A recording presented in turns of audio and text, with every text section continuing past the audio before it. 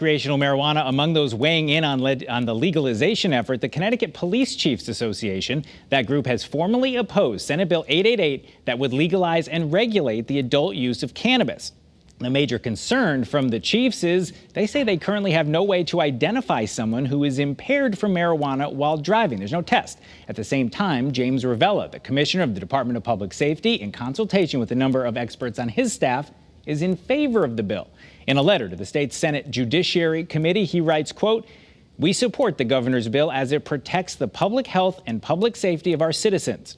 It is important to realize that some form of legalized cannabis is already available in states near and bordering Connecticut, including in New Jersey, which legalized adult use cannabis just earlier this week.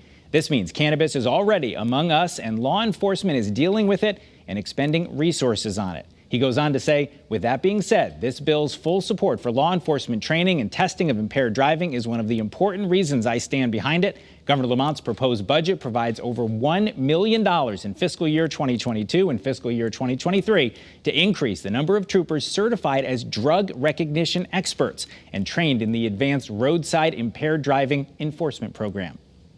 We did invite the commissioner to join us this morning. He declined through a spokesperson. Here now from the Connecticut Police Chiefs Association is Chief William Wright. He's the police chief in Wallingford. And Chief Wright, you heard what Commissioner Ravella had to say about this. I know the Chiefs Association takes a different view. Explain it. Yes, sir. And thank you for having us on. The Connecticut Police Chiefs Association represents over 8,000 police officers across Connecticut in more than 100 departments. Our opposition to the bill essentially revolves around the fact that there is no standardized roadside testing available to determine if someone is intoxicated through ingesting cannabinoids. Presently, drug recognition experts and those trained in advanced roadside impairment detection are available in agencies across Connecticut.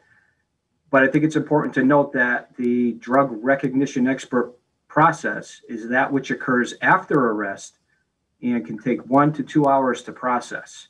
So presently, our opposition to the bill revolves around the fact that there is no standardized roadside testing available to determine a level of intoxication. All right, so let's break this down for people watching at home. We all know what happens if someone's stopped with impaired driving from drinking, right? You pull them out of the car on the side of the road, the touching the nose, walking on the line, all that. So is it that test doesn't work for marijuana? There isn't a test? Explain what happens in a traffic stop if someone was high on marijuana. Yes, so the indicators for intoxication in either alcohol or marijuana are much different. The training that is provided through the advanced roadside detection program and drug recognition experts aids in that process, but there is still no standardized test, no device available to local law enforcement or troopers for that matter that can detect a level of intoxication through marijuana ingestion. So what happens if you pull someone over? You have to make an arrest first and then do testing? Yes, so the arrest is always made in the field first without the use of any chemical analysis.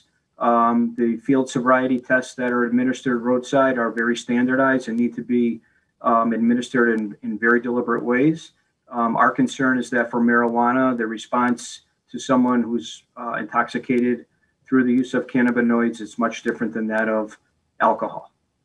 Oh, people listening at home are going to be hearing this and saying, okay, Commissioner Ravella says one thing, the Police Chiefs Association says another. We've heard anecdotally from other departments out there that say, bring it on, we're okay with it. So if the police can't agree on what to do here, isn't it just maybe you're behind the times and it's coming and we need to deal with it? What is the proposal? How do you move this forward, Chief? Right. I'm not saying that we're blind to the fact that marijuana is being legalized in states all around us, but I think it's also important to note that the commissioner recognizes that through his own testimony that increased levels of funding for training are necessary to equip the troopers under his command with more training, certainly as being either drug recognition expert trained or through the advanced roadside impairment program. So essentially by seeking more funding for training for the troopers, the commissioner essentially recognizes that there will be an increased amount of intoxicated drivers or impaired drivers on our roadways. Now, I'll offer you that in 2019, over 8,000 arrests were made for drunk and drug driving. And certainly with the COVID pandemic, our numbers in 2020 are substantially lower due to the fact that a lot of people were sequestered at home. We expect that that number is going to grow back to its normal level in 2021. We're starting to see that already as some of the restrictions are lifted. Chief, we're all out of time and we have to leave it there, unfortunately. We'll be watching that, those numbers that you're just talking about, and this bill. I'm sure we'll hear a lot more on it. We appreciate you taking a few minutes with us this morning. Thank you, Chief. Thanks if you'd for your like time. to Have hear a great what day. people, including Commissioner Ravella and members of his team, had to say about the proposal to legalize recreational marijuana, all you have to do is head to the Channel 3 app. That's where you'll find a link to the public hearing on that issue that was held at the end of last month. Up next, are you a fan of springing ahead and falling back every year? We're looking at why the time changes in the first place and the local pitch to stop it. That's coming up.